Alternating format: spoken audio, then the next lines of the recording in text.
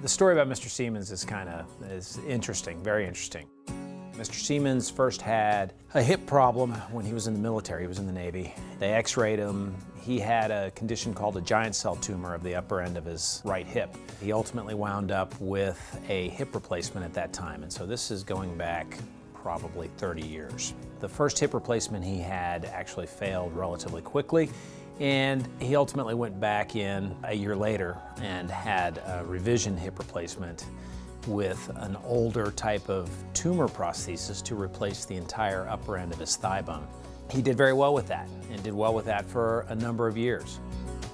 Well, I'd had a lot of hip replacements, the right side, and Dr. Pond had joined the Arlington Orthopedic group. And my surgeon ended up retiring a couple of years later, and that's where I got connected with Dr. Pond. I get this phone call from the emergency room in Comanche, Texas, where Mr. Siemens lives. I said, well, I'm getting ready to go on vacation, so I'm out of the office next week. I can't do it. He referred me to another doctor, and I refused to go because I knew Dr. Pond and I trust him wholeheartedly. He told me, he goes, I'm gonna fix your limp when I fix your leg. But to get the hip in, every doctor had told me that I would have to have my knee replaced because I'd had so many, the rod was driven right down on my knee.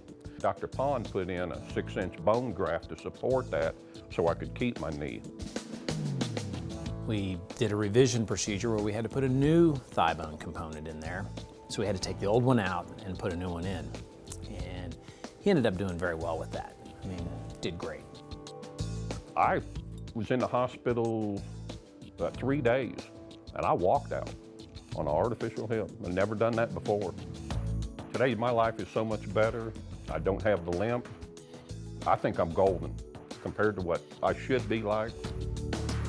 I have to stay on my feet because we had an old saying in the Navy, if you rest, you rust. And I'm too young to be rusting.